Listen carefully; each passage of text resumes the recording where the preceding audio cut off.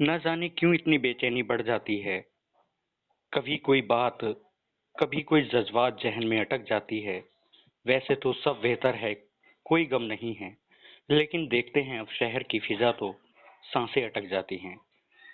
हम कोविड-19 के संक्रमण से तो लड़ ही रहे थे, साथ में एक और नया संक्रमण हमारे सामने है, ब्लैक फंगस।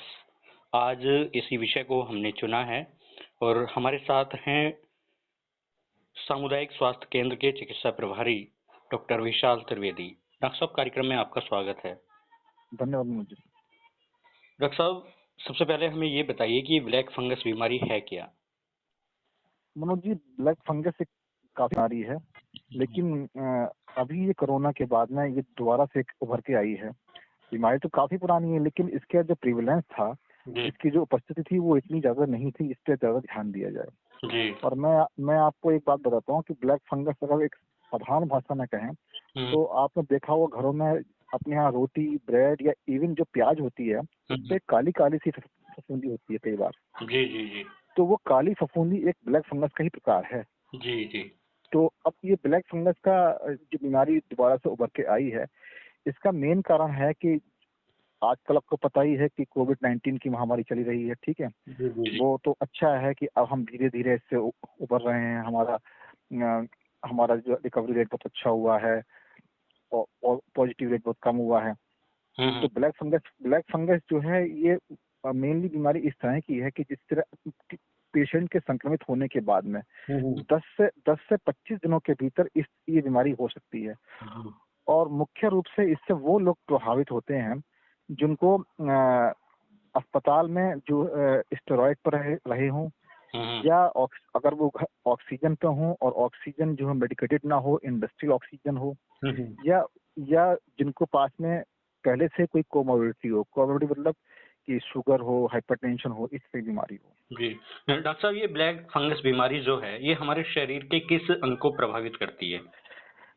मनोज जी, मैं आपको थोड़े से इसके लक्षण बता देता हूँ जी। जी। जिससे कि कोई भी एक आम इंसान इसके बारे में समझ जाए। जी। जी। कोरोना संक्रमण के 10 से 20 दिन बाद में, 10 से 25 दिन बाद की हम मान के चलते हैं। जी। अगर किसी को अपनी दोनों आंखों के नीचे सूजन मालूम पड़ रही है, दोनों आंखों के नीचे सूजन मालूम पड़ रही है और चेहरा दिखने का मतलब है दोहरा दिखने में, कि अगर आप कोई चीज देख रहे हो तो उसको आपकी डबल इमेज दिखाई पड़ रही है। जी। जी। Double image.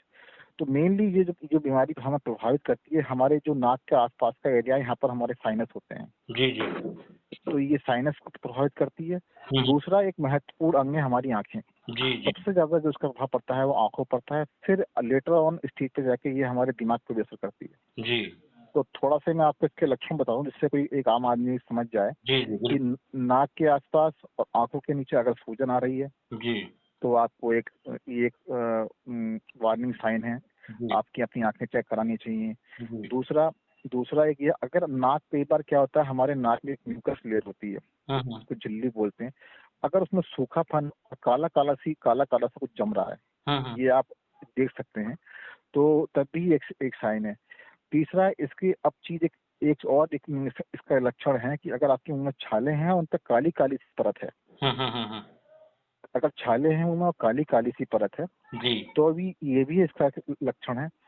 और चौथा है कि मुंह के आसपास की चमड़ी है, थोड़ा सा उसका रंग काला सा पड़ जाना। जी। जी। जी। पांचवा इसका लक्षण मैं आपको बताऊं कि दांत जो है, दांतों में उतनी पावर नहीं रह पाती, दांत ढीले से होने शुरू हो जाते हैं। और बाकी जो ये कोरोना के लक्षण हैं जैसे छाती में दर्द, ये तो होता है। सबसे बड़ा एक बात बताऊं, इसका जो मेन टारगेट ऑर्गन है ब्लैक फंगस का, वो हमारी आंखें हैं। जी।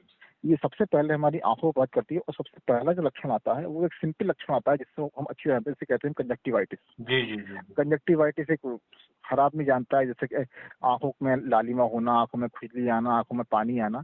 इसकी शुरुआत एक तरह से इससे होती है। अच्छा, तो डॉक्टर साहब हमें ये बताइए कि ये किस तरह के व्यक्ति को ज्यादा इफेक्ट कर सकता है ये बीमारी? हाँ, मैंने आपको बताया कि इसमें जो है, अगर मान लीजिए कोई आदमी उस फंगस वाले माहौल में अगर इनहेल करता है तो उसके उसके काम उसमें जा सकते हैं और लेकिन इसमें जो है इस तरह के पेशेंट बहुत कम हैं।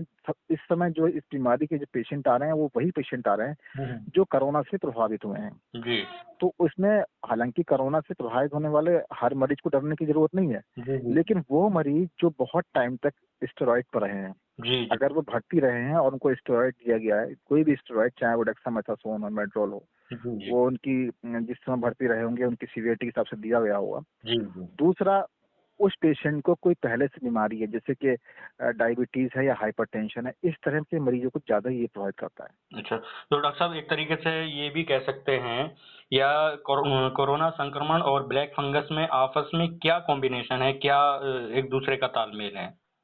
इनका आपस में तालमेल यही है कि जो पेशेंट हॉस्पिटल सेटअप में एडमिट होते हैं जी जी जी और वो अगर उस सीवियरिटी पे पहुंच जाते हैं जहां उनका ऑक्सीजन सैचुरेशन बहुत कम हो जाता है, उनको ऑक्सीजन देनी पड़ती है। हम्म और दूसरा ये है कि उनको स्टेरॉइड देने पड़ते हैं। और हम्म, तीसरी बात ये है कि अगर वो पहले से ही शुगर के मरीज हैं, जी जी हालांकि शुगर के मरीज तो बहुत हैं देश में, लेकिन उनको सबको ब्लैक फंगस नहीं होता है। जी जी ये तो अगर शुगर का मरीज पहले से है और वो उसको कोरोना हो गया, हम्म। उसके बाद में वो एडमिट, तो ऐसे लोगों के चांसेस ज्यादा होते हैं। जी, तो डॉक्टर साहब इस बीमारी से बचने के लिए जो ब्लैक फंगस का संक्रमण है, इससे बचने के लिए हम क्या एहतियात बरत सकते हैं?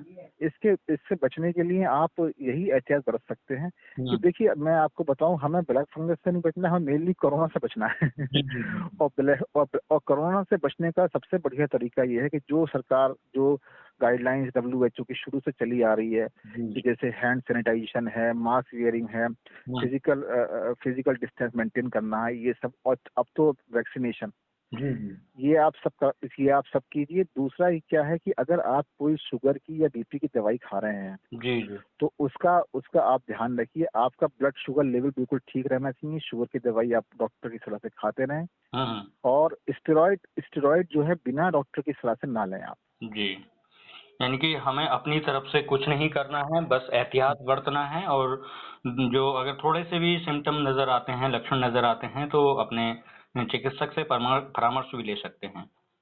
नहीं, लक्षण इसके ऐसे हैं कि जिसमें कोई भी आदमी थोड़ा सा सेल्फ डायग्नोस कर सकता है। उसको लग रहा है कि मेरी आंखों से धुंधला दिखाई दे रहा है, जी जी उसको लग रहा है कि मेरी दोनों आंखों के नीचे थोड़ा सा सूजन आ रही है, उसको हम्म लग रहा है कि मेरे मुंह में छाले से हो रहे हैं और हम्म, काली काली परत जम रही है, उसको ये लग रहा है कि मेरी इसको हम कहते हैं आंखें आना, कंजक्टिवाइटिस। जी जी जी तो वो डॉक्टर को जाके चेक करा ले, हम्म। और उसमें कोई ऐसी विशेष बात नहीं है। तो डॉक्टर साहब ये क्या स्वस्थ आदमी को भी हो सकती है ब्लैक फंगस की बीमारी जिसको कोरोना ना हुआ हो? स्व स्वस्थ आदमी को हो सकती है, लेकिन हम्म, इसमें ये एक बहुत रेयर डिजीज है। स्वस्थ आदमी को के केसेस बहुत ही कम है। जी जी जी आप मान लीजिए बहुत रेयर है ये। मेनली जो आजकल मैंने आपको बताया शुरू में, हम्म प्रोग्राम के शुरू में बताया कि ये कोई नई बीमारी नहीं है, बहुत पुरानी बीमारी है। हम्म, लेकिन इसकी, अब आपने कोरोना से पहले इसके बारे में सुना भी नहीं होगा। जी जी जी जी कोरोना से पहले, इसका मतलब बीमारी से पहले से थी, लेकिन हम्म, किसी को अफेक्ट नहीं करती जी बहुत जी आसानी से। ये उन्हीं लोगों को ज्यादा अफेक्ट कर रही है। हालांकि मैंने आप प्रोग्राम में यही बताया था कि कोरोना के हर मरीज को नहीं, हम्म कोरोना का वो मरीज जो स्टेरॉइड पे है, हम्म। जिसको ऑक्सीजन लगी है, और या जिसको पहले से कोई बीमारी है, शुगर है, हाइपरटेंशन है, इसकी बीमारी, उनको है। अच्छा डॉक्टर साहब, चलते चलते हमारे सुनने वाले श्रोताओं के लिए आपका क्या संदेश रहेगा कोरोना संक्रमण और ब्लैक फंगस दोनों को दृष्टिगत रखते हुए? श्रोताओं, जैसा कि हम जानते हैं, पिछले 3-4 दिनों से हम देख रहे हैं कि हमारा रिकवरी रेट बहुत अच्छा हुआ है, 91.4% के आसपास है इस समय। जी जी हमारा पॉजिटिव रेट बहुत कम हुआ है। अब हमें लगता है कि हम कोरोना को विजय पा रहे हैं। अब कहीं ऐसा ना हो कि अब ये सब चीज देखते हुए आप लोग जो है सारी चीजें भूल जाएं, वैक्सीनेशन कराएं। वैक्सीनेशन के बाद भी जो कोरोना का पूरा प्रोटोकॉल है, जी जी कोरोना की पूरी पूरी जो गाइडलाइंस है, कोरोना की पूरी गाइडलाइन सिर्फ और सिर्फ इन 4-5 चीजों पर घूमती है: सोशल डिस्टेंसिंग, सैनिटाइजेशन और हम्म, फिजिकल डिस्टेंस। जी मेरी आपसे यही आशा उम्मीद है कि आप इसका पालन करेंगे तो स्वस्थ रहेंगे। डॉक्टर साहब, आपने हमें बहुत ही अपना कीमती समय दिया है और बहुत ही सार गर्भित जानकारी हमारे साथ साझा की है। आपका दिल की गहराइयों से अभिवादन और शुक्रिया। धन्यवाद, धन्यवाद।